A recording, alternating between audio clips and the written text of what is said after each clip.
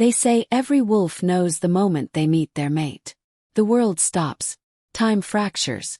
Your soul recognizes its other half before your mind can catch up. But what they don't tell you is what happens when your mate looks into your eyes and chooses someone else.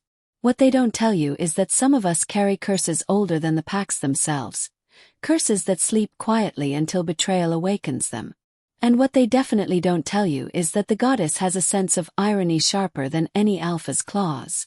My name is Marieke Vandermeer, and this is the story of how I became the most feared wolf in 7 territories without ever wanting power at all.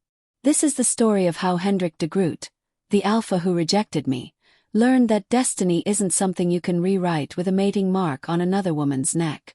And this is the story of how a curse meant to destroy me became the very thing that saved us all. But I'm getting ahead of myself. Let me take you back to the beginning. To the night when everything changed. To the moment when I stood in the great hall of the Wolfsbane pack, wearing my mother's silver dress, my heart full of hope, completely unaware that I was about to lose everything. The autumn moon hung low over the Netherlands territories that October evening, painting the ancient oak forests in shades of amber and blood. Our pack lands stretched across what humans called the Veluwe, those dense woodlands where wolves had run since before history remembered to write itself down. The Great Hall stood at the heart of our territory, a massive structure built from timber and stone by my ancestors 400 years ago, when the Vandermeer family still held power, before we became just another bloodline slowly fading into irrelevance. I adjusted the silver dress one more time, my hands trembling. 23 years old, and I had waited my entire life for this moment. The alpha's choosing ceremony happened only once every decade, when an alpha reached his prime and selected his Luna from among the unmated females of age. Hendrik de Groot was 30, powerful beyond measure, with a bloodline that traced back to the first packs that settled these lands. He was everything an alpha should be. Strong, decisive, fierce in battle, and strategic in peace. And he was my mate. I had known since my 18th birthday, since the moment my wolf fully emerged and I caught his scent at a territorial gathering. Pine and thunderstorms and something wild that made my soul sing. The mate bond had snapped into place with such force that I'd stumbled, my best friend Saskia catching me before I fell. I hadn't told anyone, not even her. In our world, the female doesn't declare the bond. She waits for the male to recognize it, to claim it, to make it official before the pack. 5 years I had waited. 5 years of catching Hendrik's eyes across crowded rooms, of feeling that electric pull whenever he was near, of lying awake at night wondering why he never said anything, never approached me, never acknowledged what I knew in my bones we shared. Tonight was supposed to be the night everything became clear. The great hall filled with wolves from all 7 Netherlands packs. The Wolfsbane pack our hosts.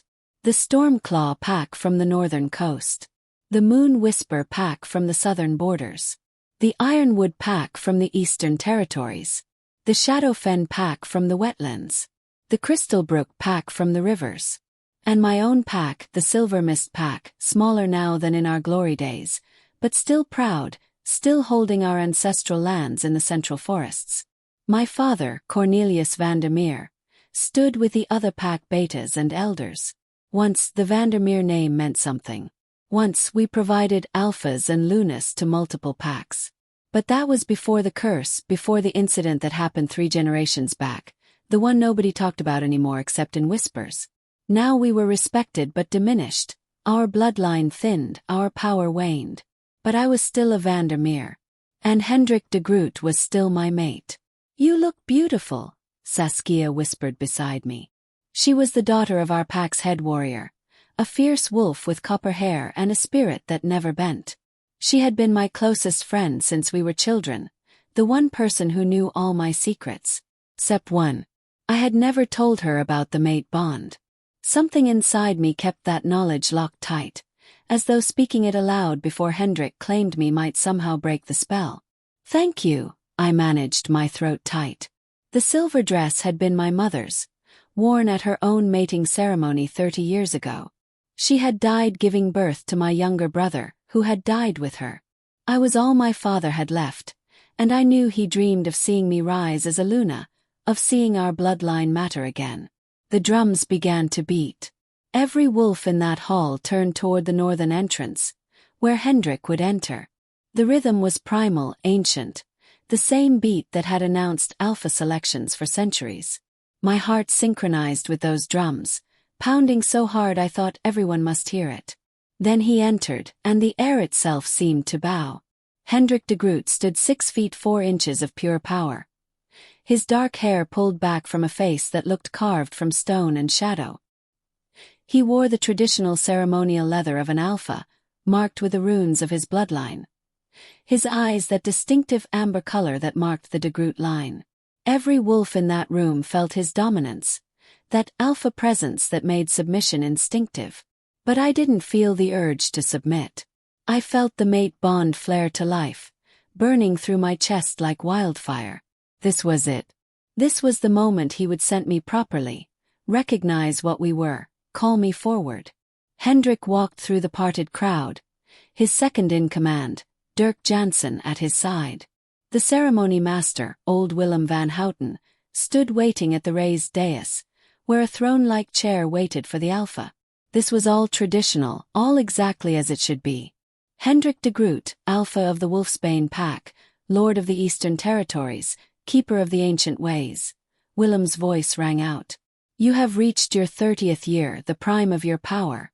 By the laws of our people and the blessings of the moon goddess, you are called to choose your Luna, she who will stand beside you, bear your heirs, and help you lead your pack into the future.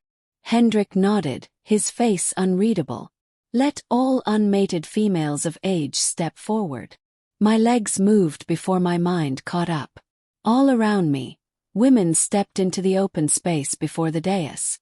I counted 23 of us, ranging in age from 18 to perhaps 35. Some I knew well, others were from distant packs. Every one of us had dressed in our finest, hoping to catch the alpha's eye. But I wasn't hoping. He knew. Hendrik's eyes swept across us, and my breath caught as his gaze landed on me. For one perfect moment our eyes locked. I felt the bond pulse, saw something flicker in his expression. Recognition. Confusion. I couldn't tell. But he saw me. He felt something. I was certain. Then his eyes moved on. My stomach dropped, but I steadied myself. This was part of the ceremony. He had to look at everyone. This was tradition. Among you stands she who is meant to be my Luna, Hendrik said, his voice deep and carrying. The goddess has shown me my path. The bond has made itself known. Yes, I thought. Say my name. Anneliese Bakker, he said. Step forward. The world tilted. Anneliese Bakker walked forward from the group, her blonde hair gleaming in the torchlight, her smile bright and triumphant. She was beautiful, I couldn't deny that. Daughter of the Crystalbrook Pack's alpha, wealthy, connected, powerful in her own right. She was everything a Luna should be on paper. But she wasn't his mate. It was. No, I whispered, the word torn from my chest. Nobody heard me. Every eye was on Anneliese as she climbed the dais steps, as Hendrik extended his hand to her, as she took it with practiced grace. This was wrong. This was all wrong. By the power vested in me as alpha of the Wolfsbane pack, Hendrik continued, and by the blessing of the moon goddess, I choose you, Anneliese Bakker, to be my Luna. Wait. The word exploded from me before I could stop it. The entire hall went silent. Hundreds of pairs of eyes turned to me. I felt my father's shocked stare, Saskia's gasp, the weight of every wolf's attention. Hendrik's eyes found mine again, and this time I saw it clearly. Not confusion. Not recognition. Dismissal. Marieke van der Meer, he said, his voice cold. Do you have something to say? I should have stopped. I should have bowed my head and backed away. But the mate bond was screaming inside me. My wolf was howling in anguish, and I couldn't let this happen without at least trying. You're making a mistake, I said, my voice shaking but clear. I'm your true mate. The goddess chose me for you. I've known for 5 years, since my wolf emerged. Felt the bond. I know you feel it too. You can't mark another as your Luna when your true mate stands before you. The silence that followed was absolute. Annelise's face went pale with fury. Dirk looked shocked. Old Willem appeared troubled. And Hendrik's expression turned to stone. "You claim to be my mate?" he asked quietly. "I don't claim it. I know it. You know it too if you're honest with yourself. The bond is there, Hendrik. You feel it. I know you do." He studied me for a long moment, and I saw something in his eyes. Pain. Regret. But when he spoke, his voice was arctic.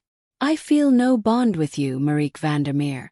Whatever you think you sense is either wishful thinking or delusion. I have chosen Anneliese Bakker as my Luna, and that choice is final. But enough." His alpha command crashed over me like a physical blow, forcing my wolf to cower. "You disrupt sacred ceremony with false claims and desperate fantasies. You dishonor yourself and your bloodline. I, Hendrik de Groot, alpha of the Wolfsbane pack, formally reject any claimed bond with you. You are not now, nor will you ever be my mate." The formal rejection hit me like silver through the heart. I felt the mate bond, which had been a warm presence in my chest for 5 years, suddenly twist and tear. The pain was indescribable, like someone had reached into my ribcage and yanked out something vital. I fell to my knees, a scream locked in my throat. "Return to your place," Hendrik ordered, already turning back to Anneliese. "This ceremony will continue." Saskia rushed forward, helping me to my feet, half carrying me back into the crowd. I was vaguely aware of my father's devastated face, of the whispers starting up all around me, of Anneliese's triumphant smile as Hendrik took her hand once more. But mostly I was aware of the pain. The mate bond didn't just disappear when rejected. It rotted, festered. It turned from something beautiful into something toxic that would poison me slowly from the inside out. "I claim you, Anneliese Bakker, as my Luna," Hendrik said, his voice carrying through the hall. "I mark you as mine before the goddess and the packs." He pulled her close, tilted her head to expose her neck, and bit down. The mating mark. Permanent. Binding. Unbreakable. I felt something inside me shatter completely. And then something else woke up. The pain from the rejection was still a living thing inside me as Saskia led me from the great hall, but something new had begun to stir beneath it. Something old. Something that had been sleeping in my bloodline, waiting. "Marieke, we need to get you to a healer," Saskia said urgently as we stumbled into the cool night air. "A rejected mate bond can kill you if it's not treated." "No," I gasped out. "No healers. Take me home. Please. Just take me home." She looked at me with worried eyes but nodded. We had come in my father's car, but I couldn't face him right now. Couldn't face his disappointment, his shock at what I'd done. Saskia led me to her motorcycle, and we roared off into the night, leaving the celebration behind. The ride back to Silver Mist territory took 40 minutes through winding forest roads. I clung to Saskia's back, the wind whipping my silver dress around me, the mate bond wound screaming inside me. But beneath that pain, something was stirring. I felt it in my bones, in my blood, in the deepest parts of my wolf. Something was changing. My family's cottage sat on the edge of Silver Mist territory, a stone structure that had housed Vandermeers for 4 centuries. Saskia helped me inside, but I waved her off when she tried to follow me upstairs. "I need to be alone," I told her. "Please. I'll be okay. Marieke. Please, Saskia. I just need time." She left reluctantly, making me promise to call her if I needed anything. My father still wasn't home. He would stay at the ceremony, would do damage control for what I'd done, would apologize to Hendrik for his daughter's disruption. I climbed the stairs to my room, every step agony. The rejection wound was spreading through my chest like poison. I'd heard of wolves dying from rejected mate bonds, their hearts literally giving out from the pain. I wondered if that would be my fate. Part of me welcomed it. But that stirring in my blood had other ideas. I collapsed onto my bed, still in my mother's silver dress, and curled into a ball as the pain crested. I must have passed out because when I opened my eyes again, the room was dark and the moon had risen, full and bright, streaming through my window. And I was different. I sat up slowly, confused. The mate bond wound was still there, but it felt distant now, like something happening to someone else. I looked down at my hands and saw them glowing faintly with silver light. "What?" I whispered. Then the memories came flooding in. Not my memories. Older ones. Ancient ones. Memories that belonged to my bloodline, to the Vandermeer witches who came before me. We weren't just wolves. We were cursed. 3 generations ago, my great-great-grandmother, Elspeth Vandermeer, had been a powerful wolf and a talented healer. She had fallen in love with an alpha from a rival pack, a male named Tejas Vermeer. They were true mates, bonded and happy, expecting their first child. But Tejas's beta, jealous and power-hungry, had poisoned him slowly over months. By the time Elspeth realized what was happening, Tejas was dying. She tried everything to save him, every healing technique, every herb, every prayer. Nothing worked. Tejas died in her arms, and their unborn child died with him. The grief destroyed her. But more than grief, rage consumed her. Elspeth Vandermeer, in her anguish, had done something forbidden. She had called upon powers older than the packs, darker than the moon goddess's light. She had made a bargain with forces that demanded payment. She cursed herself and all her female descendants.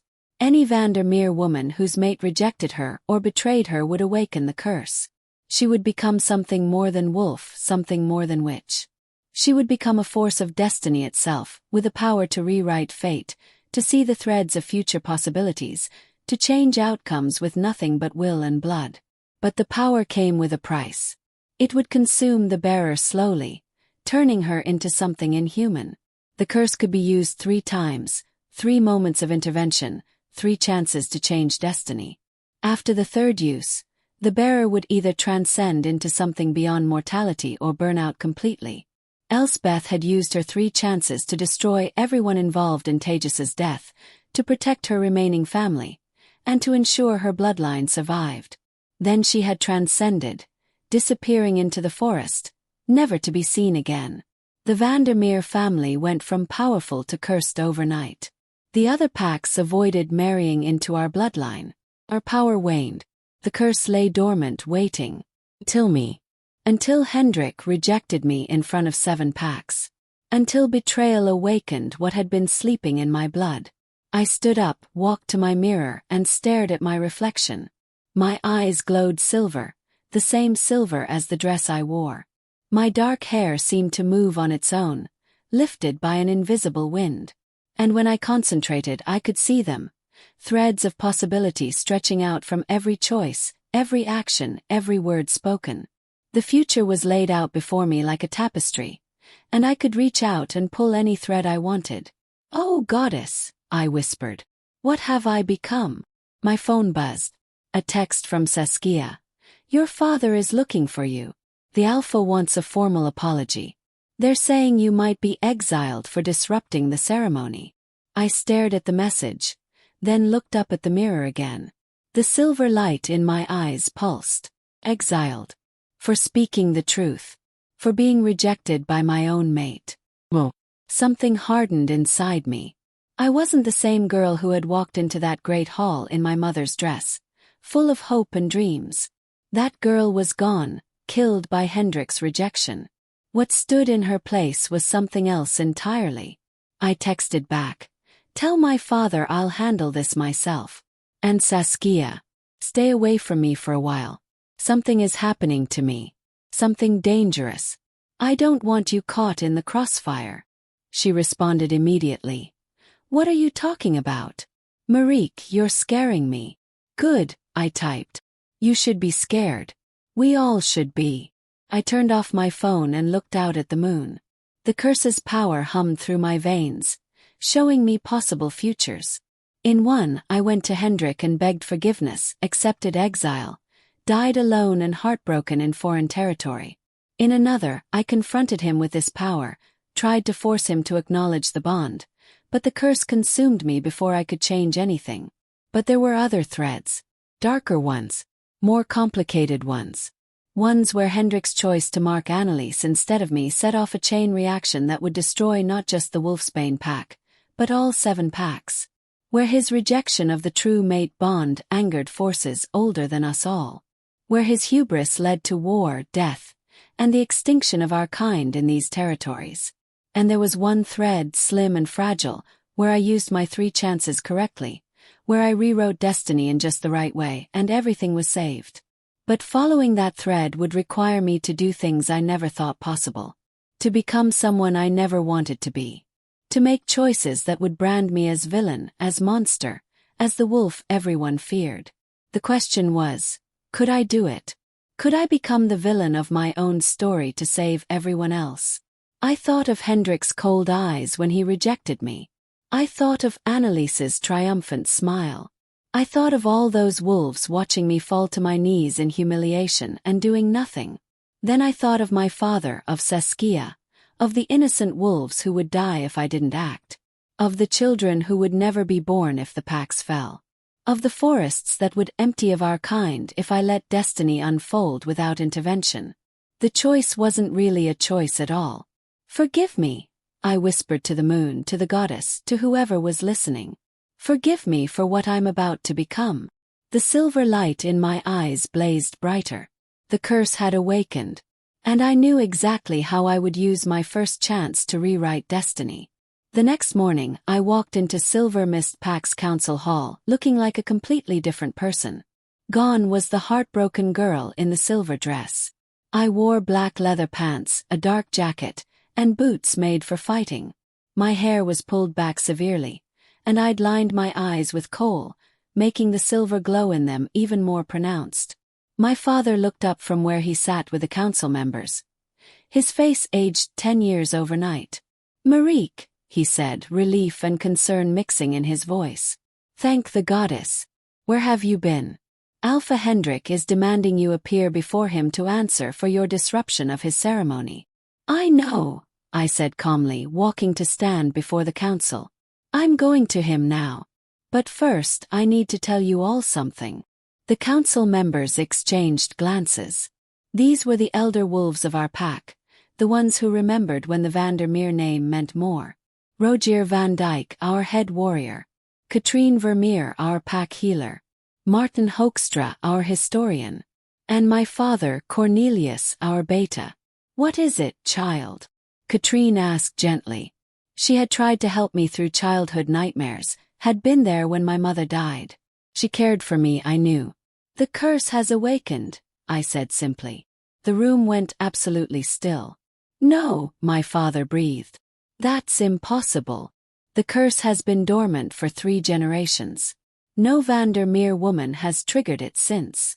Since Elsbeth," I finished. "I know. I have her memories now. All of them. And the curse is very much awake." I raised my hand, and silver light danced across my palm. The council members recoiled. "How?" Martin demanded. "What triggered it?" "Hendrik de Groot rejected our true mate bond in front of 7 packs, I said. "That counts as betrayal according to the curse's terms. It awakened last night." "Oh, Marique," Katrine said, tears in her eyes. "You have no idea what you've unleashed." "Actually, I do. I have all of Elsbeth's memories, remember? I know exactly what this power can do. And I know exactly what it will cost me." My father stood, walking toward me carefully, as though approaching a wild animal.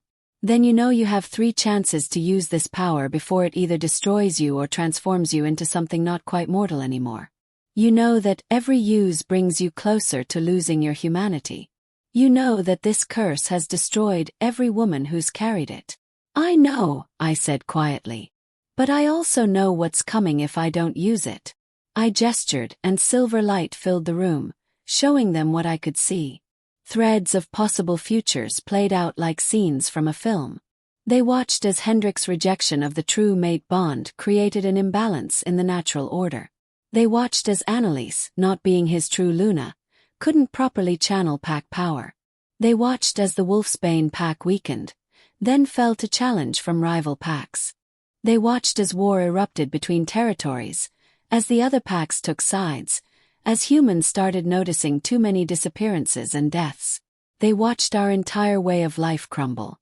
This is what happens if I do nothing, I said, letting the visions fade. Hendrik's choice last night didn't just hurt me. It set off a chain reaction that ends with all of us extinct in these territories within 10 years. And if you use the curse? Rogier asked, his warrior's mind already calculating options. If I use it correctly, I can rewrite key moments, change outcomes, push destiny back onto the right path. But I'll need help. And I'll need everyone to trust me, even when what I do looks monstrous. What are you planning? My father asked. I met his eyes. I can't tell you everything. The curse works better when people make genuine choices, not when they're acting on knowledge of what will happen.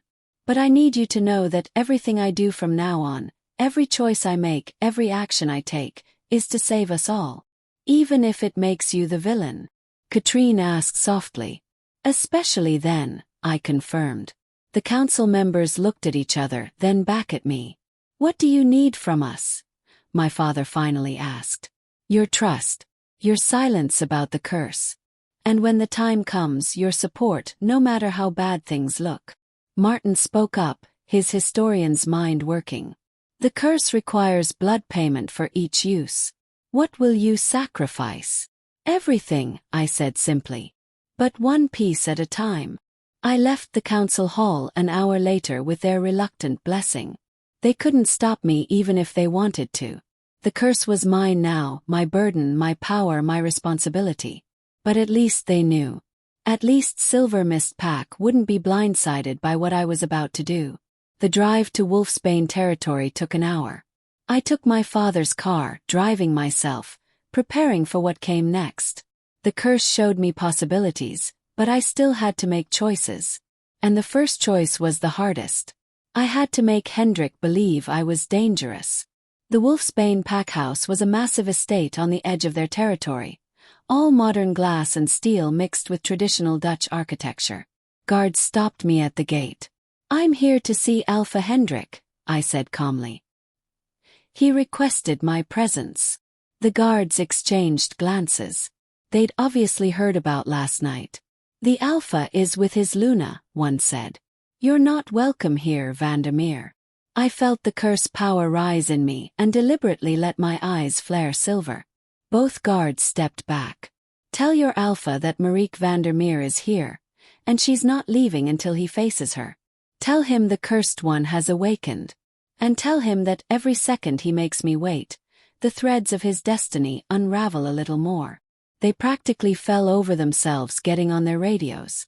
10 minutes later, I was escorted into Hendrik's office, a massive room dominated by floor-to-ceiling windows overlooking the forest. Hendrik stood behind his desk, dressed in casual clothes but emanating alpha power. Dirk Jansen, his beta, stood to his right. And Annelies sat in a chair by the window, a fresh mating mark visible on her neck, her expression haughty. Marieke Vandermeer, Hendrik said coldly. You have some nerve coming here after your display last night. We need to talk, I said, not bothering with formalities. Alone. Anything you have to say can be said in front of my Luna and my beta. I smiled, and I knew it wasn't a nice smile. Very well. Hendrik de Groot, by rejecting our true mate bond, you've set in motion events that will destroy every pack in the Netherlands within 10 years. Your choice to mark Annelies instead of me has created an imbalance in the natural order that will cascade into war, death, and eventual extinction of our kind in these territories. Annelies laughed. She's insane. Hendrik, have her removed. I ignored her, keeping my eyes on Hendrik. You felt the mate bond. I know you did. But you rejected it anyway. Why? Something flickered in his eyes, but his voice stayed cold.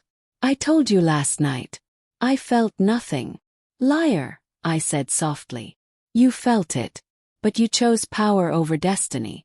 You chose a politically advantageous match over the mate the goddess gave you. And that choice is going to cost you everything. Is that a threat? Dirk demanded. No, I said. It's a warning. Because as of last night, I'm no longer just a rejected mate. I'm something else entirely. Something your packs have feared for 3 generations. I let the curse power show, silver light flowing across my skin, my eyes blazing. The Vandermeer curse has awakened. I can see threads of destiny, possible futures, the consequences of every choice. And I can rewrite them. I have 3 chances to change fate itself. 3 moments of intervention. And I will use them all to prevent the disaster your rejection has set in motion. Hendrik's face had gone pale. He knew the stories. Every pack knew the stories of what Elspeth Vandermeer had done. You're lying, Anneliese said, but her voice shook. The curse is just a legend. Is it? I asked, turning to her. I let the curse show her a vision. Just a glimpse of one possible future. Her face went white as she saw herself dying, saw the Wolfsbane pack falling, saw her children never being born because Hendrik couldn't give her any. She saw her entire life crumble because she had taken a mate not meant for her. Stop, she gasped. Make it stop. I pulled back the vision. That's just one possibility. There are worse ones. But there are better ones too, if the right choices are made. What do you want? Hendrik demanded. This was the moment. The first use of my curse. I could feel it building in me. The power ready to be directed. I had to choose my words carefully. I want you to remember, I said. When the moment comes, when everything falls apart, when you realize what your choice has cost you, I want you to remember that I warned you. I want you to remember that you could have prevented all of this. I reached out with the curse power and touched a thread of his destiny. I didn't change anything major, not yet. That wasn't the first intervention. But I planted a seed, a moment of doubt, a memory he wouldn't be able to shake. One more thing, I said. I won't stop what's coming. I'll let destiny play out mostly as it wants. But at 3 crucial moments, I'll intervene. I'll rewrite 3 key events that will prevent total disaster. You won't know when. You won't know how. But when it happens, you'll recognize my hand in it. Why? He asked. If you know what's coming, why not just tell us? Why not help us prevent it? Because you wouldn't believe me, I said simply. Because the curse doesn't work that way. Destiny has to unfold. People have to make their choices freely. I can only nudge things at critical moments. And because, honestly, part of me wants you to suffer. Part of me wants you to understand what you've lost. I turned to leave, then paused at the door. Oh, and Hendrik. The mate bond you rejected doesn't just go away. It'll haunt you. Every day, you'll feel its absence like a missing limb. Every night, you'll dream of what could have been. And when you look at Anneliese, you'll know she's not truly yours, no matter what mark you've given her. Get out, he snarled, his alpha power crashing over me. But the curse made me immune. I just smiled and walked out. The first seed was planted. The game had begun. 6 months passed like a fever dream. I watched from the shadows as everything I'd seen in the threads of destiny began to unfold. Hendrik and Anneliese's mating proved troubled from the start. Oh, they put on a good show for the packs. The perfect Alpha and Luna, powerful and united. But I could see the cracks forming. Could see how Hendrik sometimes looked at Anneliese with confusion, as though wondering why she didn't feel right. Could see how she grew increasingly insecure, knowing deep down that she wasn't his true mate. The Wolfsbane pack began to weaken. Nothing obvious at first. Just small things. Challenges they used to handle easily became difficult. Disputes that should have been resolved quickly dragged on. The pack's energy, that intangible thing that made a pack strong, started to fade. And I changed too. The curse's power was both gift and burden. I could see so much, understand so much, but it isolated me completely. I couldn't have normal relationships anymore. Every conversation, every interaction, I saw all possible outcomes. It was exhausting.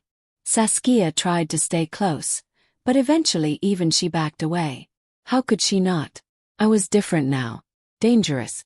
The other pack started calling me the Silver Witch, speaking my name in whispers. I left Silver Mist pack officially. Not exiled but self-imposed separation. I couldn't risk bringing trouble to my father and the others. Instead, I took up residence in the old Vandermeer estate, a crumbling manor on the borders between territories that had been abandoned for 50 years. Suited me. Isolated. Forgotten. Perfect for a cursed wolf. But I watched. Always watched. The threads of destiny showed me what was coming, and I waited for the right moment to use my second intervention. It came 8 months after Hendrik's rejection. The Stormclaw pack from the north, led by Alpha Jacob Decker, issued a challenge. They claimed the Wolfsbane pack had grown weak, that Hendrik was no longer fit to hold his territory. By pack law, this meant either submission or combat. Hendrik, proud and powerful, chose combat. The challenge was set for the full moon. Single combat between alphas. Winner took both territories. Loser either submitted or died. I saw the threads of destiny clearly. If this fight happened as it was meant to, Hendrik would lose. Not because he was weaker, but because the mate bond wound with me had never properly healed. It festered inside him, weakening him in ways he didn't even realize. Jacob would kill him, take the Wolfsbane pack, and the resulting power vacuum would start the cascade I'd seen. War between packs. Extinction. This was my second intervention point. The night before the challenge, I walked into the Wolfsbane pack house like I owned it. The guards tried to stop me, but one look at my silver eyes and they backed away. Everyone knew about the curse now. Everyone feared what I'd become. I found Hendrik in his training room, alone, preparing for the fight. He was shirtless, covered in sweat. His muscles coiled with tension as he attacked a punching bag with savage precision. "Come to gloat?" he asked without turning around. "Come to watch me die tomorrow?" "No," I said quietly. "I came to save your life." He spun around, his amber eyes blazing. "I don't need saving. Especially not from you." "Yes, you do. Jacob Decker is going to kill you tomorrow. Not because he's stronger, but because you're wounded in ways you don't understand. The rejected mate bond is eating you alive from the inside." "I rejected nothing," he snarled. "There was no bond." "Keep telling yourself that," I said. "But your wolf knows the truth. And tomorrow, that truth is going to get you killed." He stalked toward me, radiating alpha dominance. "Why do you care? You hate me. You should want me dead." "I should," I agreed. "Part of me does. But your death triggers something worse. The packs need you alive, Hendrik. I don't have to like you to recognize that." "Then what do you want?" This was it. The second use of the curse. I could feel it building inside me, ready to be unleashed. But this one would cost me more than the first. Blood payment, Martin had said. The curse required sacrifice. "I'm going to heal the mate bond wound," I said. "Not restore the bond. That's impossible now that you've marked another. But I can close the wound, stop it from poisoning you. It'll give you the strength to beat Jacob." At what cost? He wasn't stupid. He knew power like this always came with a price. "To you. Nothing. To me." I smiled bitterly. "Let's just say the curse takes its payment from the bearer." "Why would you do this?" "Because the alternative is worse," I said simply. "Now sit down and shut up. This is going to hurt both of us." He hesitated, then sat on a bench, watching me warily. I moved closer, close enough to catch his scent, pine and thunderstorms, the scent that had haunted me for 5 years. My wolf whimpered inside me, still yearning for this male who had rejected us. I placed my hands on his chest, over his heart, and called up the curse power. Silver light erupted from my palms, sinking into him. I found the mate bond wound, a festering thing wrapped around his heart like thorns. It was killing him slowly, just as the threads had shown me. Another year and it would have stopped his heart completely. Bond rejection claiming another victim. I began to heal it, using the curse to knit together what had been torn.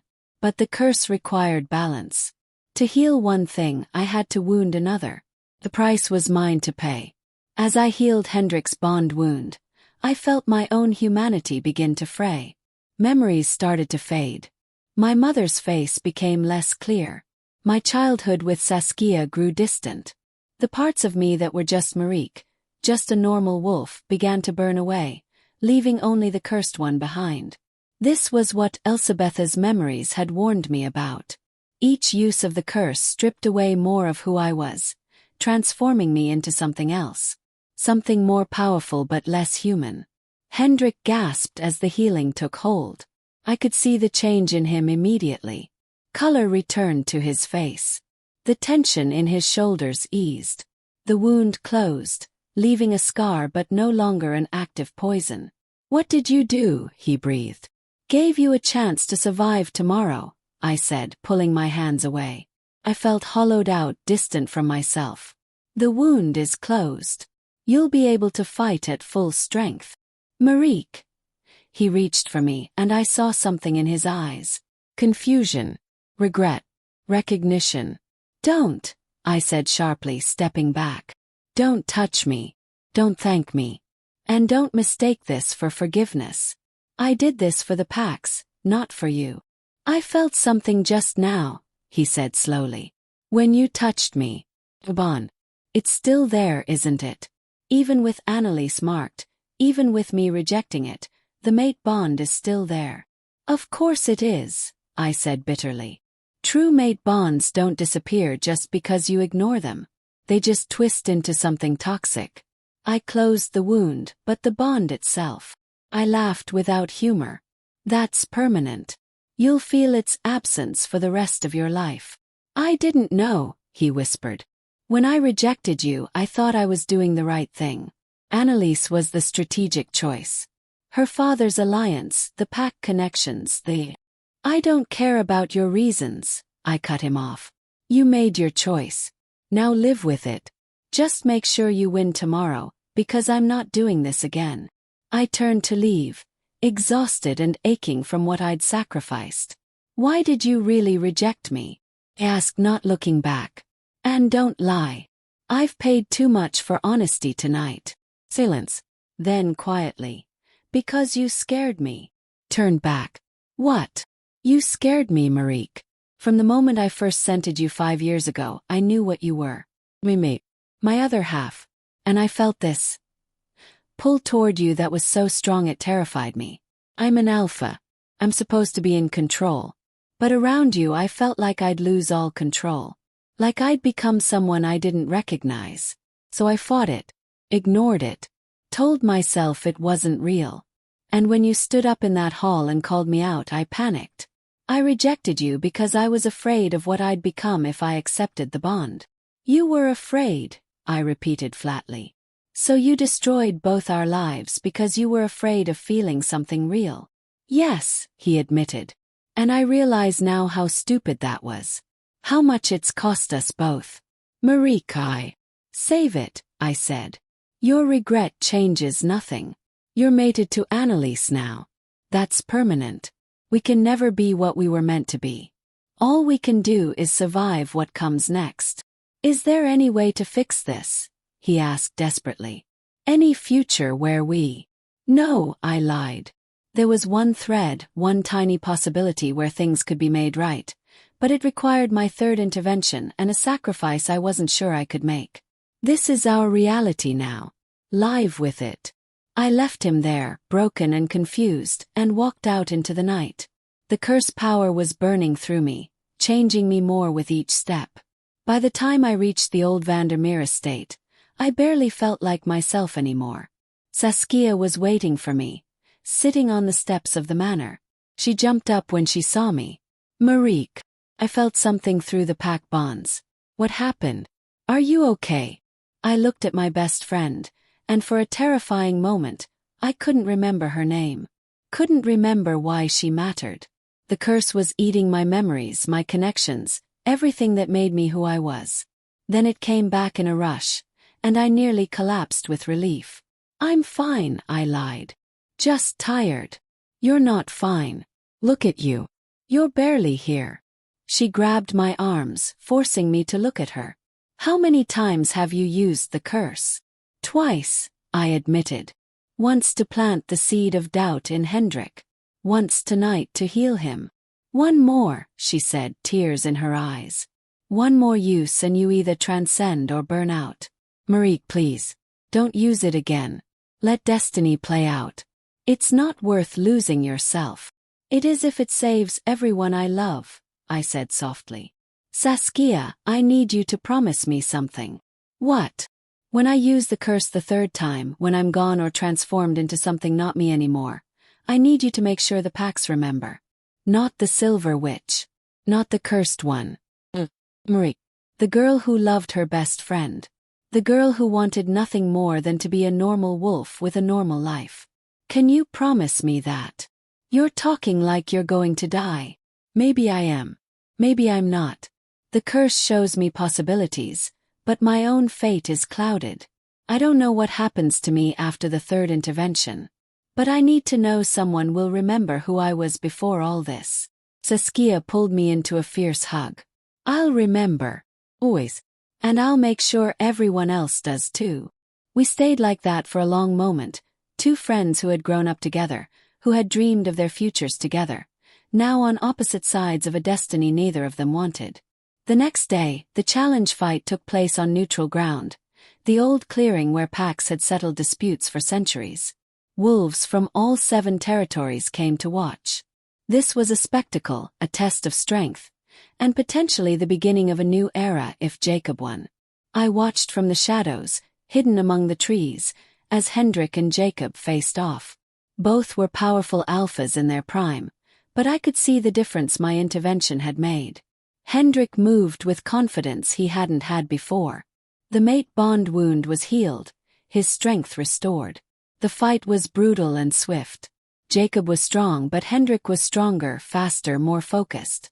Within 20 minutes, Hendrik had Jacob pinned, his teeth at the challenger's throat. Submit or die, Hendrik growled. Jacob submitted. The Wolfsbane pack erupted in celebration. Hendrik had defended his territory, proven his strength, maintained order. To everyone watching, this was exactly as it should be. But I knew the truth.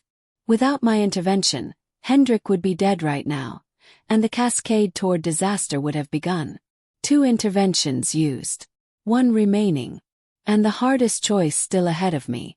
A year passed. Then another. The packs found an uneasy equilibrium. Hendrik ruled the Wolfsbane pack with Anneliese at his side, maintaining power through strength and strategy. The other packs stayed in their territories, avoiding conflict. On the surface, everything seemed stable. But I could see the rot underneath. Anneliese couldn't bear children. Month after month, year after year, no heir came. In wolf culture this was catastrophic. An alpha needed heirs, needed to ensure pack continuity. Whispers started.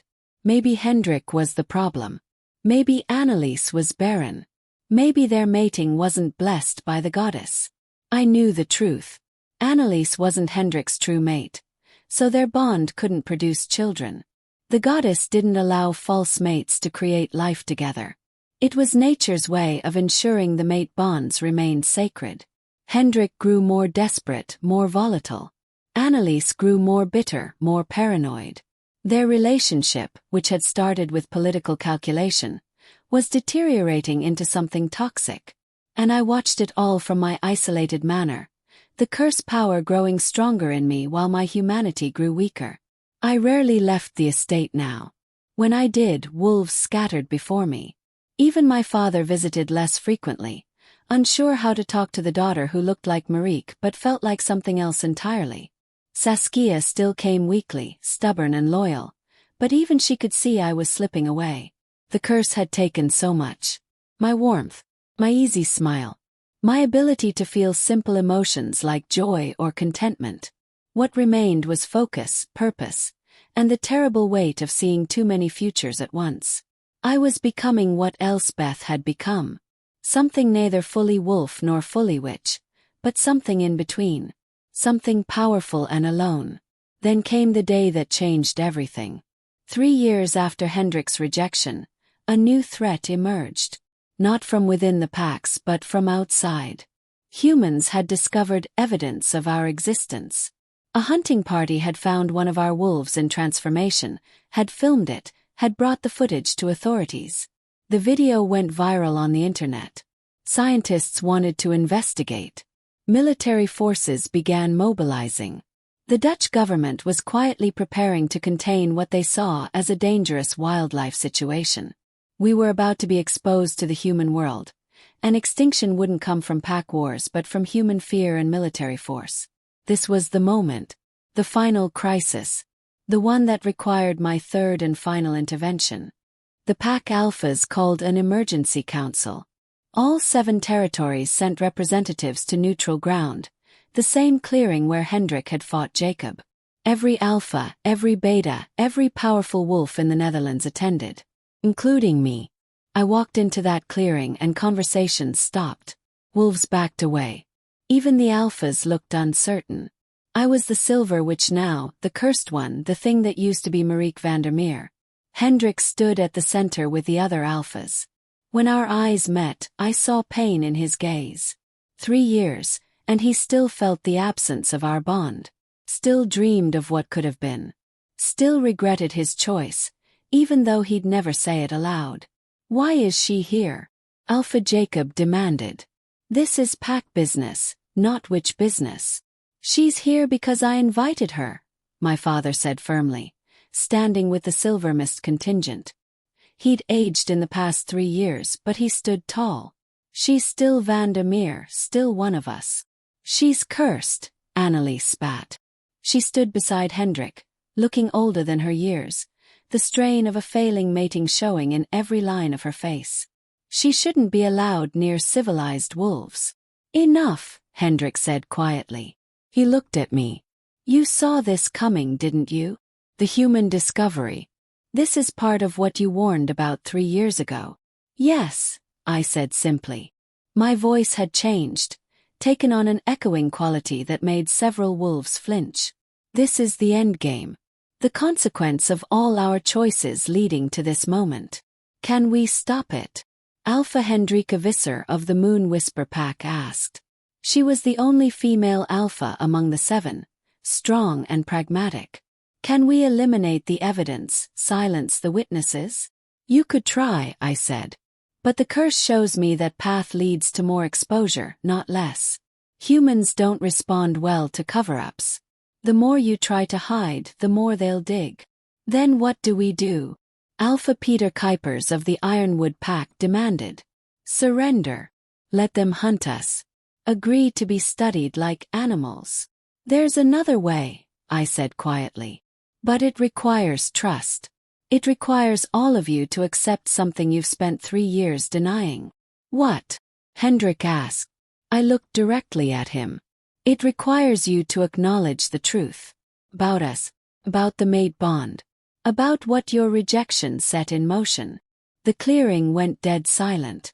"You want him to publicly admit he rejected his true mate?" Annelies said, her voice shrill. "That I'm not his real Luna. That's what this is about. Your pride." "No," I said, turning to her. "This is about balance. About natural order. About the goddess's design. Hendrik rejected his true mate and marked a false Luna. That imbalance has been weakening not just the Wolfsbane pack, but all the packs. It's made us vulnerable.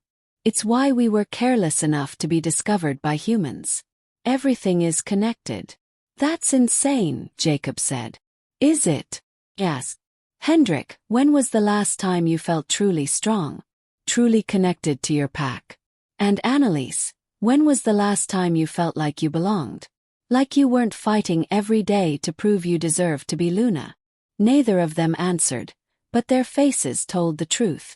"The curse shows me one path where we survive this," I said.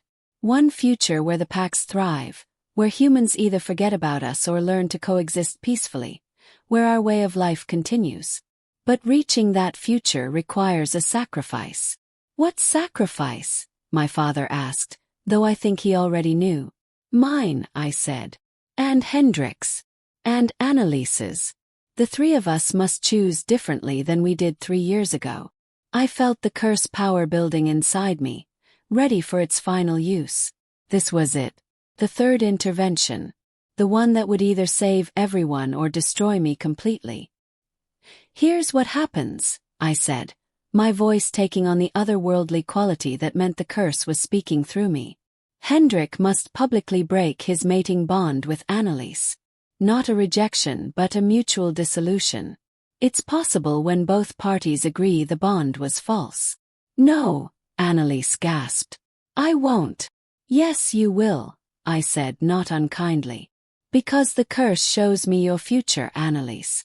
Stay with Hendrik, and you'll be miserable for the rest of your life. Childless, unfulfilled. Always knowing you stole a bond that wasn't yours. But let him go, and you'll find your true mate within the year. A good male from the Crystalbrook pack. A strong beta named Luc de Vries. You'll have 4 children with him. You'll be happy. Truly happy. But only if you let Hendrik go.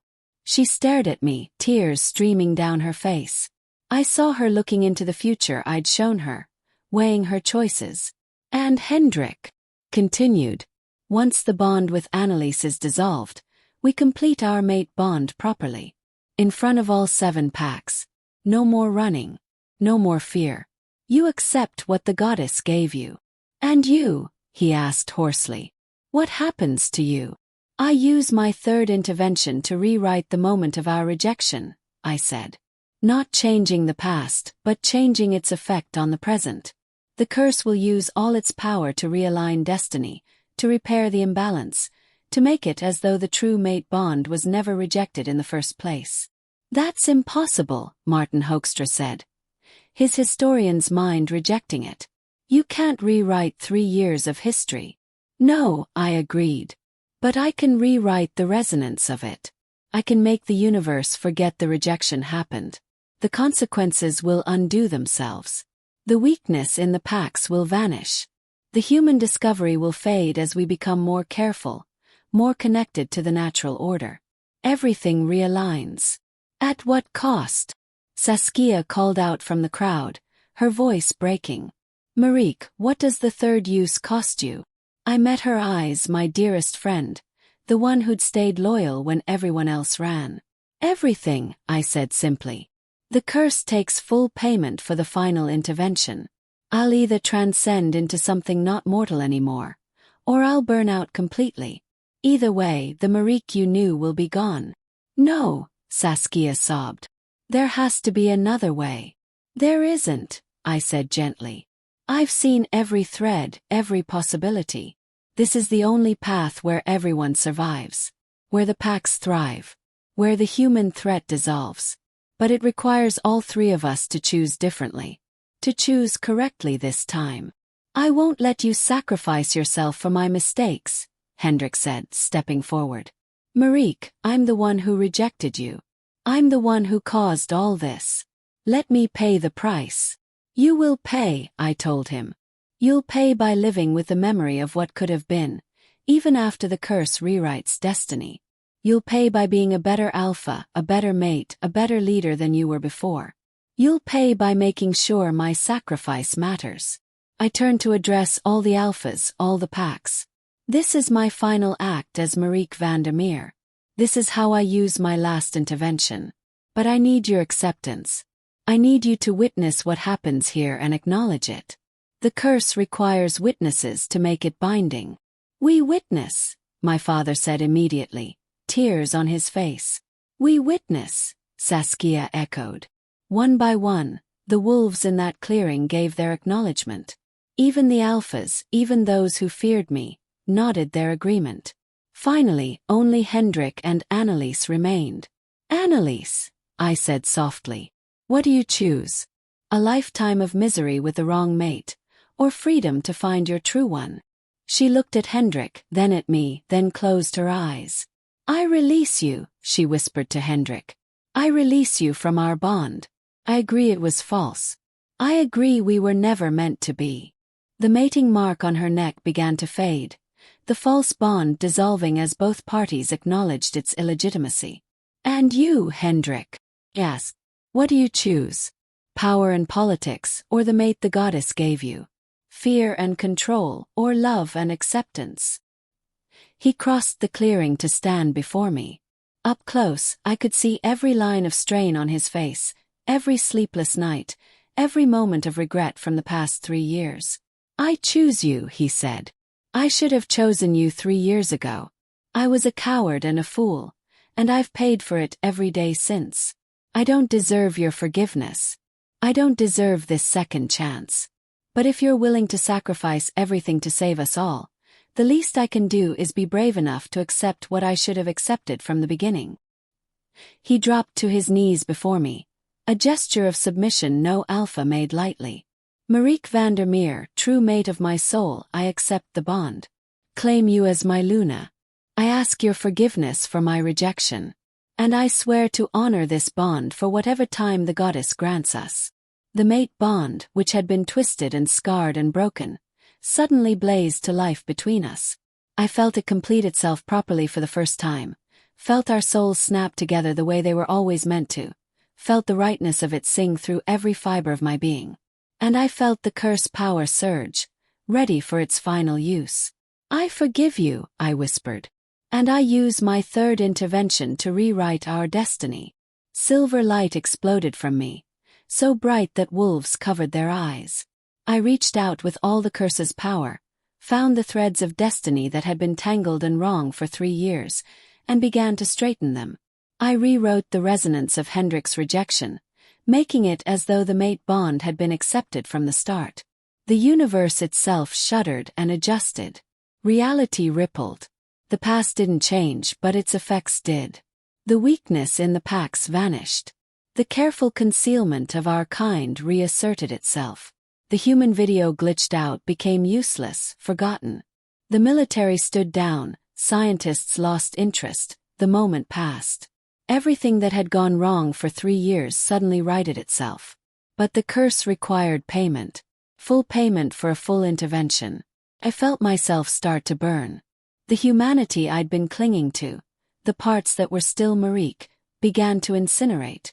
My memories, my personality, my sense of self, all of it fed into the curse's fire as payment for rewriting destiny itself. "No," Hendrik gasped, catching me as I fell. "No, stay with me. Marique, stay." "I can't," I whispered. My voice was fading, becoming something else. "This is the price. This was always the price." "Then I'll pay it with you," he said desperately. "We're mates. True mates. Where you go, I go." "No," I said more firmly. "You live. You lead. You make sure this sacrifice matters. Promise me." "I promise," he choked out. "I promise." I looked past him to where Saskia stood sobbing. "Remember me," I said to her.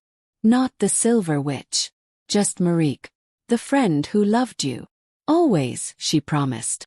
The curse reached its crescendo. I was burning away, transforming, transcending. The choice Elspeth had faced was before me now. Become something beyond mortality, or burn out entirely.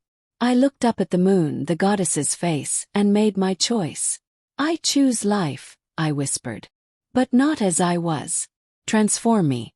Make me something new. Let me watch over these packs, these wolves I saved. Let me become what I was always meant to be."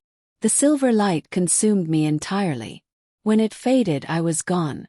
But in my place stood a massive silver wolf, larger than any wolf had right to be, with eyes that glowed like moonlight.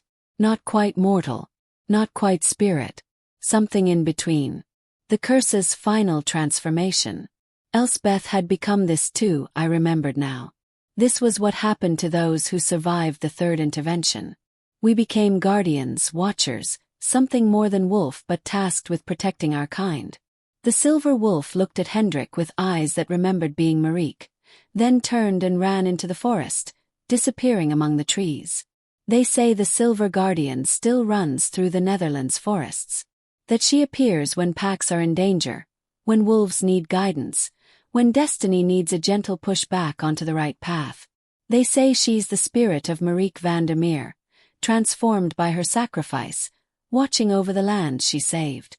Hendrik de Groot leads the Wolfsbane pack with wisdom now, with his true Luna at his side.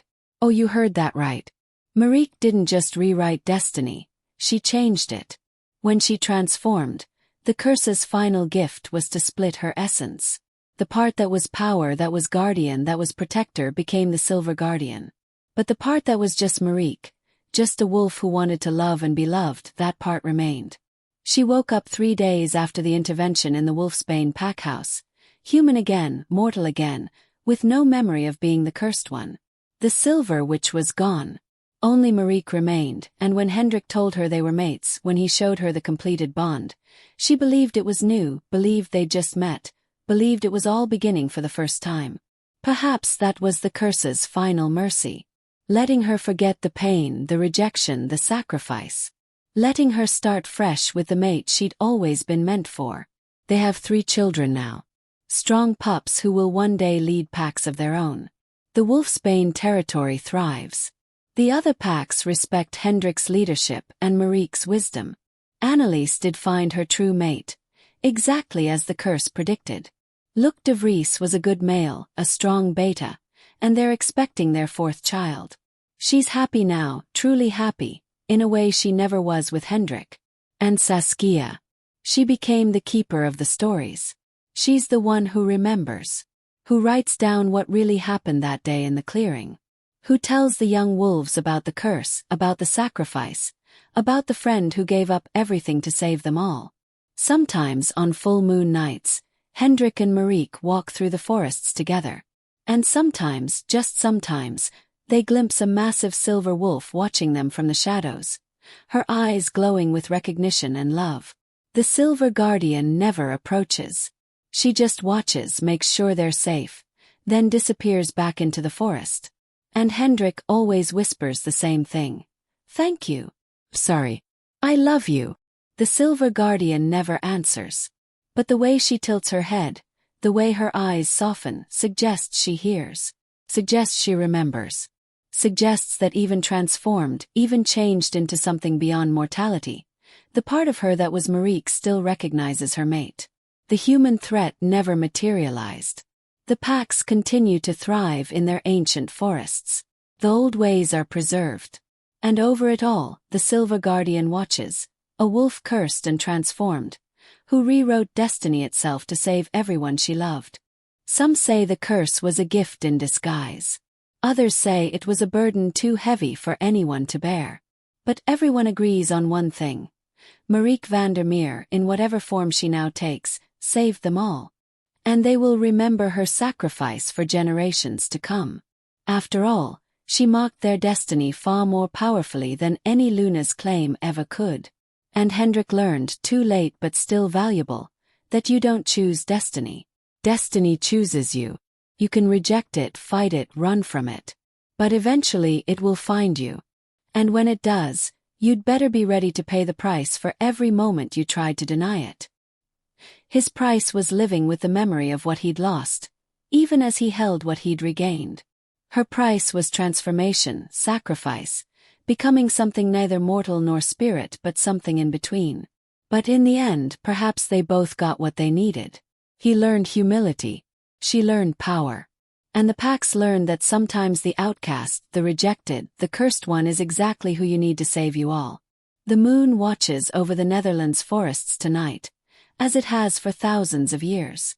And somewhere in those ancient woods, a silver wolf runs free, no longer fully Marique, no longer fully cursed but something new, something eternal. A guardian born from betrayal, a protector forged from rejection, a legend written in sacrifice. And that, my friends, is how a curse rewrote destiny, how a rejection transformed into salvation, and how the wolf everyone dismissed became the one who saved them all. Some stories have happy endings. Some have tragic ones. This story has both, intertwined like the threads of destiny the curse once showed me. Because yes, I remember now, in the quiet moments between guarding and watching, I remember being her. Being human. Being hurt. Being powerful. Being terrified. I remember the taste of the curse's power. I remember the price I paid. I remember choosing to burn rather than fade. And I remember the look in Hendrik's eyes when he finally understood what he'd lost. But I also remember the relief of the transformation. The freedom of letting go. The peace of knowing my sacrifice mattered. And the joy, small but real, of seeing the packs thrive because I was brave enough to become something else. If you've stayed with me through this long tale, through every twist and turn of betrayal and redemption, then you understand. You understand that sometimes love requires sacrifice, that sometimes power comes at a cost, and that sometimes the greatest act of courage is letting go of who you are to become who you need to be. The Silver Guardian still runs these forests, still watches, still protects, and sometimes when the moon is full and the night is clear, she remembers being just a girl in a silver dress, standing in a great hall, her heart full of hope. That hope was crushed, but from its ashes rose something far more powerful. A guardian. Legend. A curse rewritten into destiny itself. And isn't that the most powerful magic of all? If this story moved you, if Marique's sacrifice touched something in your soul, if you felt the weight of her choices and the power of her transformation, then I have a small request. Don't let this story end here. Share it. Let others know that sometimes the rejected ones, the cursed ones, the ones everyone fears become the very ones we need most. Let them know that destiny can be rewritten, but only at a price. And let them know that true mates, real bonds, the connections the universe forges cannot be denied forever. Leave a comment below telling me what you thought. Did you see the twist coming? Did you understand why Marique made the choices she did? Did you feel the weight of each intervention, each sacrifice, each moment where everything could have gone differently? And here's something special. Tell me the city you're watching from so that I can send you a hug. Because we're all connected, all part of this larger pack called humanity, and sometimes we all need to know someone out there understands our story. Whether you're in Amsterdam or Rotterdam, New York or Tokyo, small town or big city, drop your location in the comments. Let's build a map of everyone who heard this story, who felt its power, who understood its message. You're not alone in your struggles. You're not alone in your transformations. We're all becoming who we're meant to be, one choice at a time. And if you want more stories like this, tales of wolf packs and ancient curses, of mates and destiny, of sacrifice and transformation, make sure you're subscribed. Hit that notification bell. Because there are more stories waiting to be told. More legends hiding in the shadows. More guardians watching from the forests. The Silver Guardian's story may be complete, but there are others out there. Other wolves. Other curses. Other destinies waiting to be rewritten. Until next time, may your bonds be true, your choices be brave, and may you never have to choose between who you are and who you need to become. Run free, wolves. The moon is watching. And somewhere in the forest so am I.